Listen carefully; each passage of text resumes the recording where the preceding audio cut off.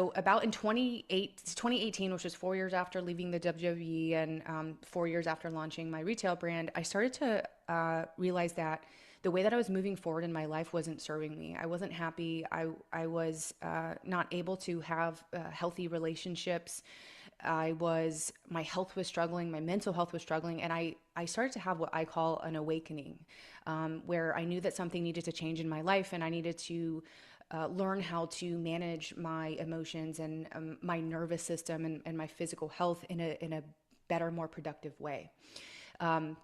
So at that time, I started seeking help, therapy, learning different healing modalities, coaches, mentors. And at that time, I also had people starting to reach out to me for coaching and consulting. It was other people that had personal brands on social media that were wanting to create a business or a service or a product like I had done. And I didn't really have any formal business training, but I knew that I had done it. And so I started teaching other people how to do what I had done. And this was actually the first time in my life that I started to experience a feeling of purpose. And mind you, I had this massive television career.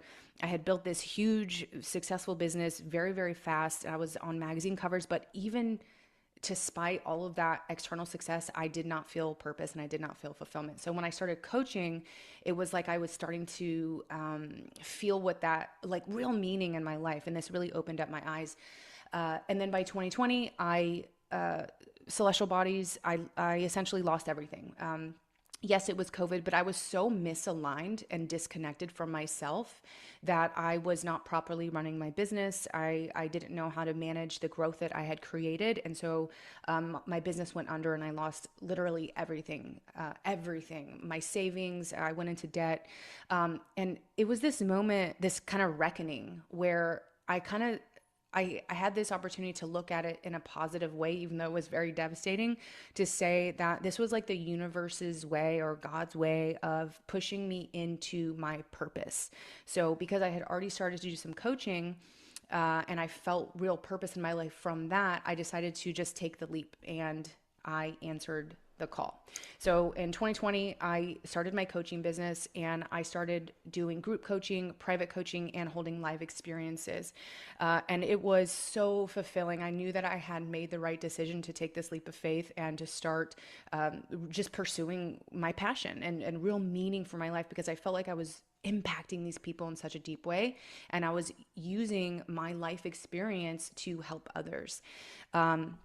But what I noticed is that when I started my coaching business, even though I had this big social media platform and I had all of this very cool experience that gave me a lot of credibility socially, I struggled with pricing my offers. I struggled with talking about what I did, and I struggled with making content, because this was the first time in my professional career that I wasn't a character on TV and I didn't have a physical product or a business. It was just my voice, my philosophies, and what I had to say. And so I struggled a lot with imposter syndrome, and I struggled a lot with really owning my value. And so again, I started to see this pattern of feeling disconnected from really being able to connect all the dots. And this is where I started to explore the power of business coaching.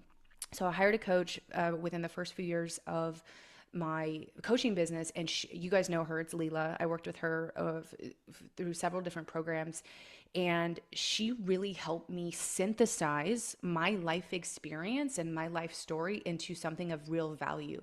She helped me master my nervous system and feel more confident in making content, networking, speaking about my offers, and speaking engagements like this. Like, she really helped me own my unique value and expertise. And ever since, I have been, I'll backtrack. The power of this coaching is literally what helped me create stability again in my life, both financially, emotionally, physically, and in just every level of my being. Working with her helped me just find my footing again. And so now I was in this position where I felt like I was answering the calling over my life, like my life purpose. And also I felt stable in that. I felt confident in that. I felt like I had mastery over myself and the way I presented myself publicly and socially. And it was like all the pieces started to fit together. And that's why I'm here today. I had help really understanding my unique value and my unique genius and expertise, and I had help owning it and learning how to articulate my value. And so I've created a actual structure to take you guys through my process of, this is like what I teach my clients when, whether they're business owners or they are trying to build a brand on social media. This is a formula that I use to help them really understand their identity architecture, like who they are, based on not just like their career roles, but also their lived experience, which a lot of times we don't tend to put those things together when we're thinking about our career path. We just look at our past career skills and maybe the degree we have. But I help people really synthesize their career roles and their lived expertise.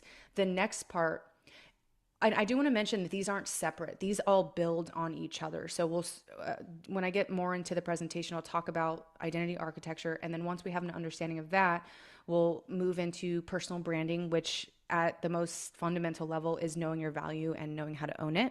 And then the third part that makes it all come together is your authority and positioning, which is really turning your understanding of your identity into opportunity and income. So this is the structure that I teach most of my clients to help them break through the next level of, again, like their personal brand or their business or their offers. I work with people in many different industries, but they're all always creatives, leaders, or business owners.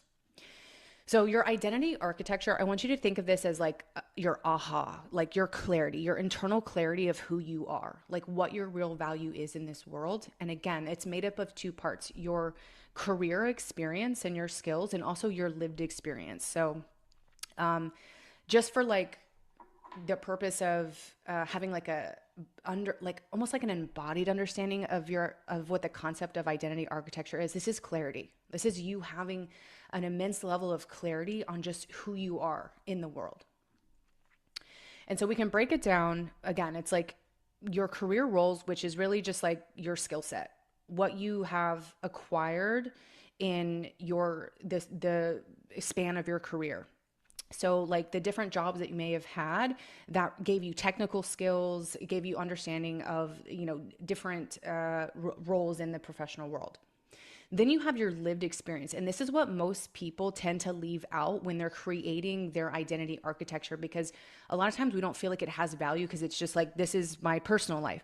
But the things that happen in your personal life, whether it's, difficulties with parenting, or maybe you struggled with your health and maybe your weight for years and you learned how to turn that around and get into, the best shape of your life. Like it has such innate value in it. So your lived experiences give you depth and emotional intelligence. And when you start to put those two things together, you get this ultimate resume for your life. And this is what I call authority. Like this is where you really start to own the complexities of your life.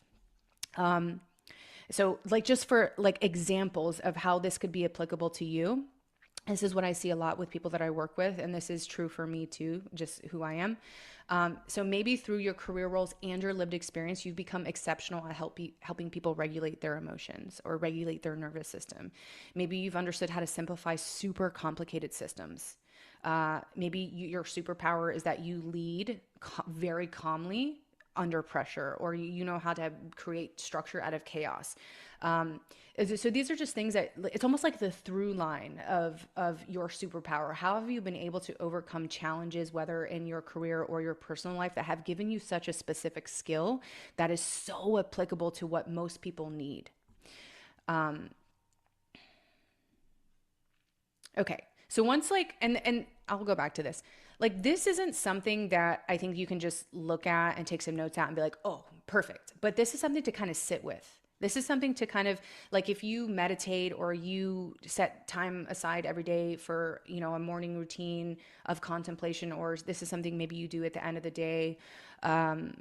Essentially like whatever time you take for yourself throughout the day where you're just sitting with yourself and processing what you're thinking and what you're feeling. If you do that, this can be something that you can sit with.